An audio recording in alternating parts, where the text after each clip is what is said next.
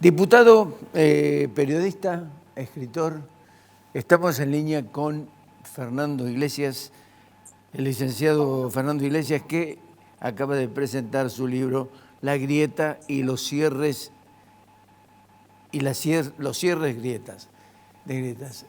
Fernando, ¿qué tal? ¿Cómo te va? ¿Cómo te va? ¿Bien? ¿Todo bien? Ahí La está. grieta y los cierra Y grietas. los cierra grieta. ¿Qué tal? Sí, se ve Eso bien, se es. ve bien. Bueno, A ver, es prolífica tu actividad literaria como escritor.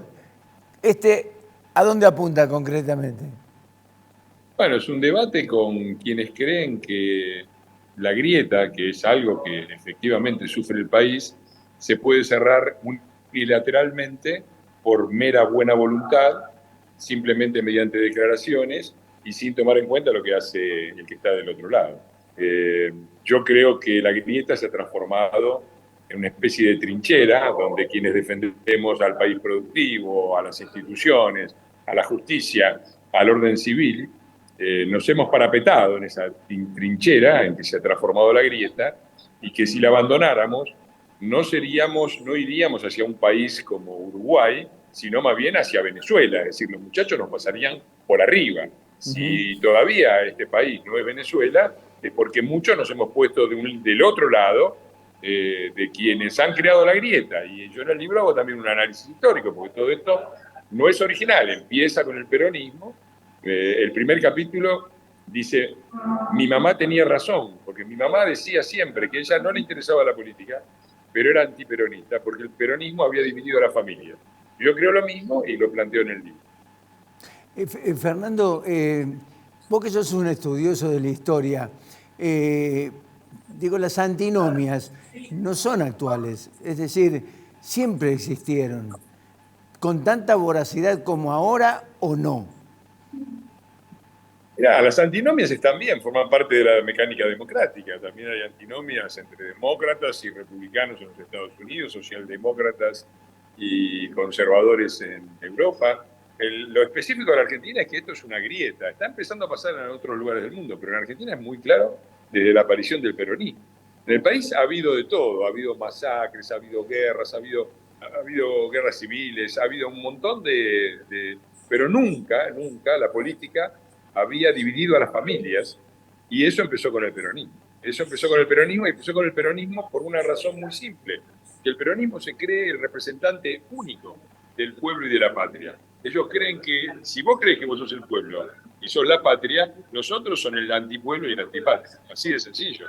Entonces vos tenés a un pequeño sector de la sociedad argentina, porque hoy solamente el 20% se reconoce peronista, y un 80% de la sociedad argentina que no es peronista, de los cuales muchos nos sentimos como extranjeros en nuestro propio país, porque cualquier cosa que hagamos parece ilegítima, parece en representación de poderes extranjeros, es para que los chicos pobres se mueran de hambre.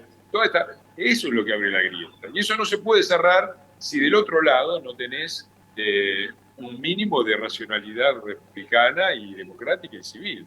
Digo, todos hablan, por ejemplo, de los pactos de la Moncloa y cómo salieron unidos los españoles, pero salieron unidos cuando se murió Franco.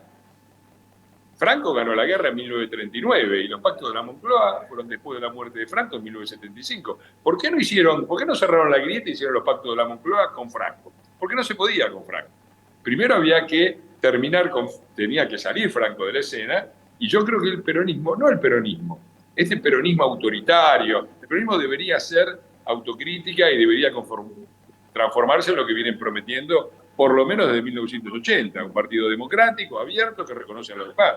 Ahí se podría, pero por ahora no es eso. Lo que estamos viendo es exactamente lo contrario. Y bueno, en ese sentido, levantar la grieta es permitir que nuestro país se transforme en Venezuela.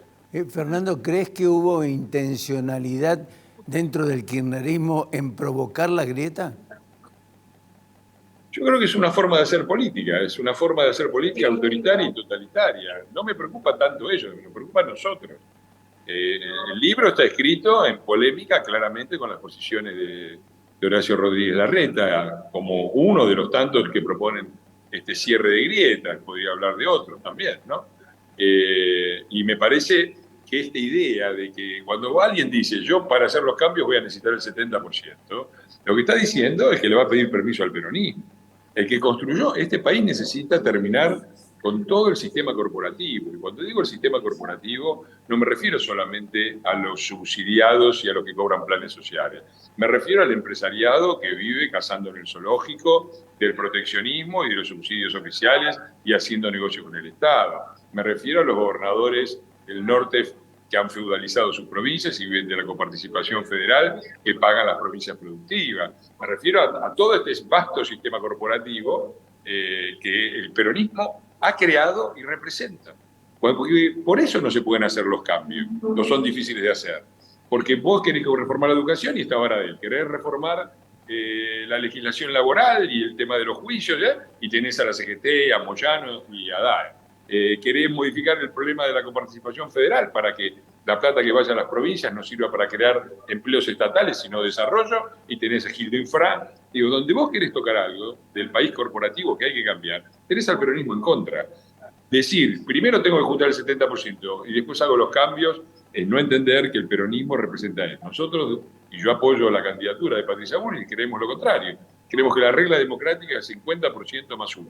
Si nosotros tenemos el 50% más 1, vamos a ir a la presidencia y vamos a pelear para tener en la Cámara el 50% más 1 para aprobar los cambios. Si después tenemos el 70%, bienvenido, nadie se niega a eso, pero no pensar al revés, que primero necesitas 70% y después vas a hacer los cambios, es pedirle permiso al peronismo, someterte a su dictamen y por lo tanto no hacer nada. Fernando, ¿crees que vos hablabas del país para cambiar? ¿Crees que los resultados de las últimas elecciones provocan de alguna manera el desplome de los feudos? Bueno, estamos viendo una oleada de cambio muy importante, ¿no? Sucedido en San Luis y en San Juan es muy impresionante, porque son provincias que gobernaba el peronismo desde hace mucho tiempo. El peronismo padece una paradoja, que es que ha construido un poder político autoritario y hegemónico, no en los lugares donde ha gobernado bien, sino donde ha gobernado peor. Son 8 las provincias del norte, que son un claro ejemplo, y los municipios del conurbano bonaerense son otro ejemplo, donde prácticamente desde 1983 solo ha gobernado el peronismo, creando un sistema absolutamente clientelar, donde hay más empleo estatal que privado, donde, bueno, las condiciones de seguridad, no hace falta recordar lo que pasa en Chaco o cómo se vive en La Matanza. Bueno, ese es el resultado del peronismo de la cual tiene que hacerse cargo. Y yo lo que veo en todo el país es un país hastiado de vivir así y dispuesto a apostar por un cambio. No veo mucha desesperanza, es cierto, pero sobre todo veo acciones muy claras a favor de un cambio, que son, por ejemplo, las que se han visto en San Juan y en San Luis, por los cuales ellos han perdido gobernaciones que tenían desde hace décadas, ¿no? Y que la gente ha apostado por otra cosa. Finalmente, te quiero hacer una pregunta, la podés responder o no. Massa precandidato a presidente de la Nación, y es un hombre que las investigaciones que han realizado distintos periodistas lo vinculan al narcotráfico. ¿Qué reflexión te merece? Bueno, lo que está probado es que un tipo como Escapolán, un juez como Escapolán, claramente implicado, tuvo solamente defensa por parte de él. Y está probado también la presencia masiva de narcotraficantes en la zona de Tigre, donde él era intendente. Yo no afirmaría que hay no creo que él sea un narcotraficante, pero me parece que ha habido una connivencia de Massa y de todo el peronismo, ¿no? De todo el peronismo. Esto empezó en los 90, sobre el final de los 90 con Menem, se difundió sobre todo en la provincia de Buenos Aires cuando el gobernador era Duhalde, y ahora estamos pagando estas consecuencias. Y me parece que Massa representa en ese sentido, y en muchos, lo peor de la política argentina. ¿Por qué? Porque representa a todos esos sectores corporativos con los cuales, a los cuales les va muy bien en una Argentina a la que les va muy mal. Por eso es ilusorio pensar en un 70%. Porque tenés que convencer a gente, pues yo escucho el discurso, no, tienen que entender que así el país no funciona, entonces hay que hacer cambios y entonces el peronismo racional y republicano va a aceptar los cambios porque así el país no funciona. Es un grave error, porque el país no funciona, pero a ellos le va muy bien. Y a los amigos de Massa, a Vila, Manzano, a todos esos empleados corporativos, empresarios corporativos, les va muy bien, excelente les va. Entonces, ¿por qué van a querer cambiar? ¿Por qué Massa, que los representa, que depende de sus fondos para financiar su campaña, sus vuelos en avión y todo lo que hace, les va a hacer algo en contra de ellos? Entonces, acá lo que se necesita es una clara convicción política para cambiar las cosas. Eso es en lo que yo creo, por eso estoy con Patricia Bullrich y no con Horacio. Horacio tiene otra concepción. Bueno, será la gente la que libremente y democráticamente decida en las PASO cuál es el candidato que quiere llevar a la contienda política y probablemente a la presidencia de la Nación. Fernando, te agradezco mucho la conexión. Espero que la grieta y los cierra grieta tenga el éxito que han tenido todos tus libros. Te esperaremos por Córdoba para presentarlo en algún determinado momento, ¿o no? Sí, lo vamos a hacer. Estamos viendo ahí un poco con Laura Rodríguez Machado y con otra gente cómo lo organizamos, pero seguramente voy a ir a Córdoba, no me cabe ninguna duda. Voy a ir a las principales ciudades del interior y por supuesto Córdoba está en primerísimo lugar. Un abrazo, Fernando. Muchas gracias.